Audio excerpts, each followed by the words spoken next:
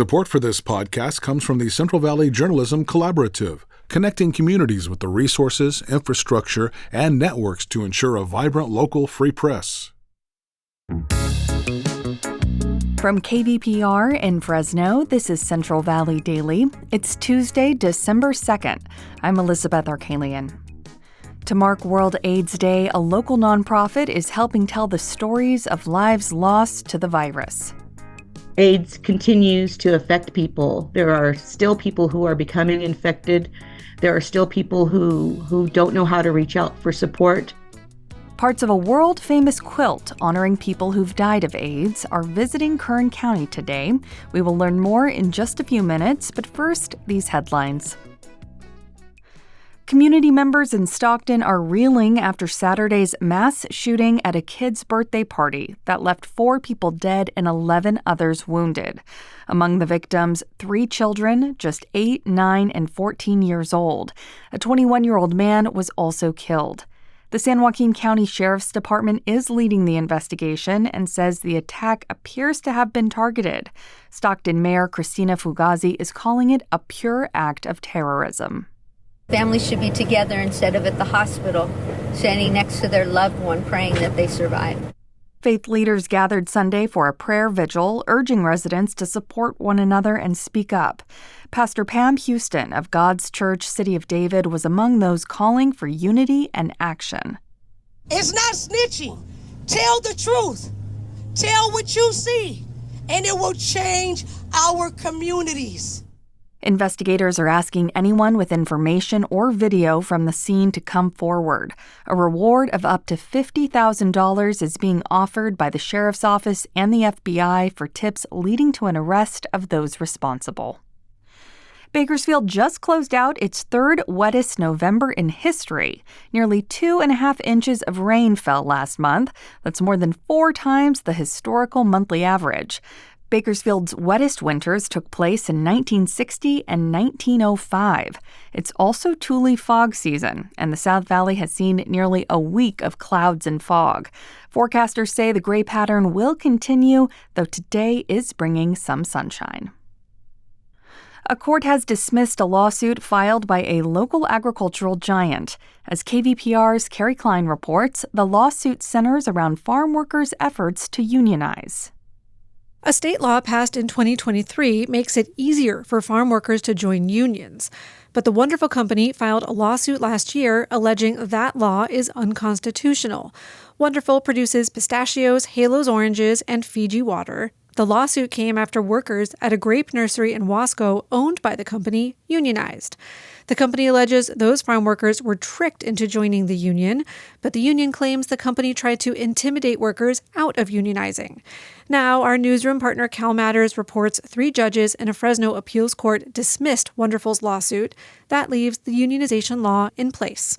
Meanwhile, Wonderful has shuttered its Wasco grape nursery. For KVPR News, I'm Carrie Klein. Fresno State's men's basketball team returned to the Selland Arena this weekend for the first time in almost 20 years. The historic venue in downtown Fresno was once the heart of Bulldog basketball. The one-time Return to Selland game was held to honor the history the program built there under coaches Boyd Grant and Jerry Tarkanian. Since 2009, the team's home has been the Save Mart Center. Fans packed the arena on Sunday, only to witness the Bulldogs lose to CSU Bakersfield 76-71.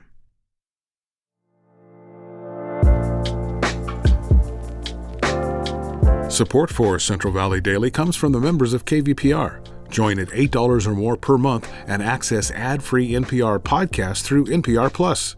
Give now at kvpr.org/donate. And now to our main story. The U.S. has commemorated World AIDS Day every December 1st since 1988. But this year, the Trump administration pulled back, directing federal employees to refrain from publicly promoting it. But that's not stopping Audrey Chavez from honoring her brother and all the other people who've died of AIDS. Audrey founded the Bakersfield AIDS Project and Ricky's Retreat in the 1990s. They offer HIV education and outreach, as well as hospice care for people with AIDS. HIV is a virus that weakens the immune system over time, and AIDS is the most advanced stage of HIV. When Audrey founded her organization, AIDS was typically a death sentence. But now, 30 years later, there's been tremendous medical advancement, including preventative medicines like PrEP and long-term treatment for those who test positive for HIV. This year, Audrey and the Arts Council of Kern are presenting a one-day exhibition of 8 special panels from the AIDS Memorial Quilt. The quilt is considered the largest community arts project in history, with a total of 50,000 panels. I spoke with Audrey about the special display, and she starts by explaining how the AIDS Memorial Quilt began. The AIDS Memorial Quilt was started by Cleve Jones. He is the founder of the AIDS Memorial Quilt, and he is located in San Francisco. And when there was, I believe it was in 1985, there was quite a number of deaths that were happening from AIDS. And so December 1st, they began to host one of the first candlelight vigils in response to that. And what they did is they wrote the names of their loved ones onto placards, and they affixed them, taped them to the federal building where they had gathered. And standing back and looking at all of the names that were there, Cleve felt that it looked like a quilt. And so the next year they began putting together AIDS quilt panels in loving memory of their friends and family members and partners and loved ones and people in the community that had died from AIDS. Each of these, though, are 3 feet by 6 feet, which is the same size as a gravesite. It is a powerful reminder of the humanity behind the statistics, that these individuals are people, and that needs to not be forgotten. And so Cleve Jones started this and had no idea that it would become one of the largest art exhibits in the world, providing a voice to AIDS, a reminder of the human toll, a reminder of the importance of supporting people who are living with AIDS, and then also a powerful tool of prevention. It's amazing. Now, your organization, the Bakersfield AIDS Project and Ricky's Retreat, has partnered with some other groups to help display 8 sections of the quilt, and they're going to be shown today at the Arts Council of Kern Gallery. They'll also be shown at a few high schools. This was your first time helping display portions of the quilt since 2019, I believe. So what made you want to help bring this display back? Well, it is important. It's one of the most important things that Bakersfield AIDS Project has been doing since 1993, when we began as a nonprofit, all-volunteer organization, a grassroots organization.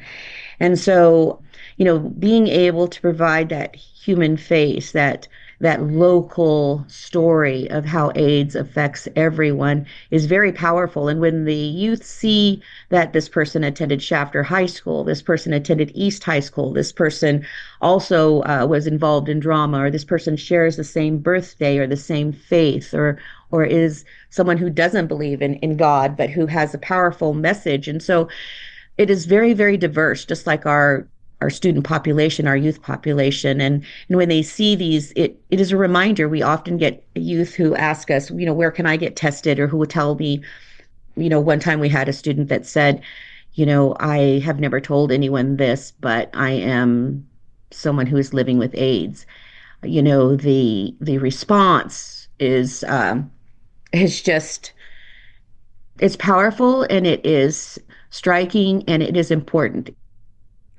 One of the quilt sections that will be displayed is one for your brother, Ricky R. Montoya, and his quilt includes one of his T-shirts and a picture, his gloves. I would love if you could share a little bit about your brother's story. Yes, well, Ricky is my older brother. He's 10 years older than me. And, we grew up in Shafter and graduated from Shafter High.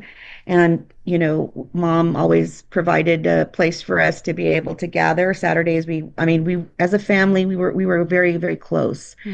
And one day after, we had all grown up and graduated and stuff, Ricky had come and he just was, it was like around this time, it was in November, December, and he had lost weight. He had a cold that he couldn't shake, and he just wasn't doing good. And we took him to the hospital, and they ran some tests on him, and it was there that they said that he had PCP, which is an AIDS defining illness. It is one of the most common AIDS defining illnesses that there are.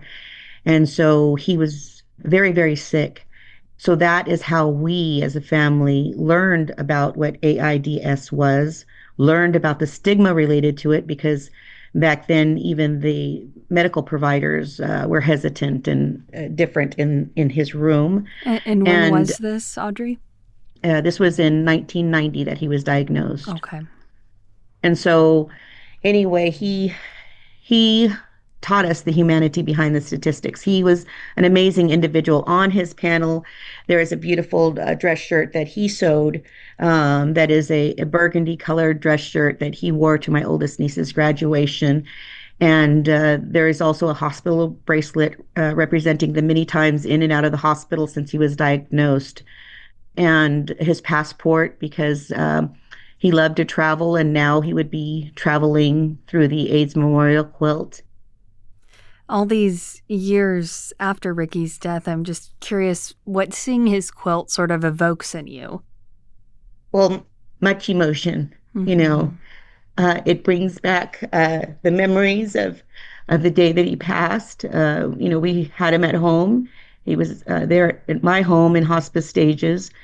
I was a 26-year-old, and I had to learn to shut my brother's eyes and to prepare his body for when the mortuary came to pick him up. And all I could remember was telling them not to zip up the body bag and to let him feel refreshed from his fight, that he was my brother and that I loved him very much. AIDS continues to affect people. There are still people who are becoming infected. There are still people who don't know how to reach out for support. There are still people who are hurt by policies and by laws, such as those that affect our transgender population, those who affect people who are people of color, those that are oppressive to women who need to take care of their sexual health but are shamed for it. So when I see Ricky come home, when I seen his quilt arrive, I felt a love and a humbleness of something sacred coming home to speak, to reunite with our families, to share his voice with others and with all the other local families, because each of those 8 sections have local families represented. I made sure to ask for people who are from our area to come home, because we miss them. We will never forget them. We pledge to remember, to never forget, to stand in support and to advocate, and to give people a peek into the sacredness of their lives. And we stand in global solidarity this World AIDS Day and every day. Audrey Chavez, founder of the Bakersfield AIDS Project and Ricky's Retreat, thank you so much for your time. Thank you, and thank you to everyone. Keep the hope, keep the light, and remember to remember their names. Today, December 2nd, sections of the AIDS Memorial Quilt will be displayed at the Arts Council of Kern Gallery from 10 a.m. to 6 p.m. The quilt sections will also make stops at Highland High School and Miramonte High School in Bakersfield later this week. And you can learn more about the AIDS Memorial Quilt by going to aidsmemorial.org. And that is today's show. Today's episode was produced by Jonathan Linden and KVPR with support from the Central Valley Journalism Collaborative. I'm Elizabeth Arkalian. You can find the latest local news anytime at kvpr.org.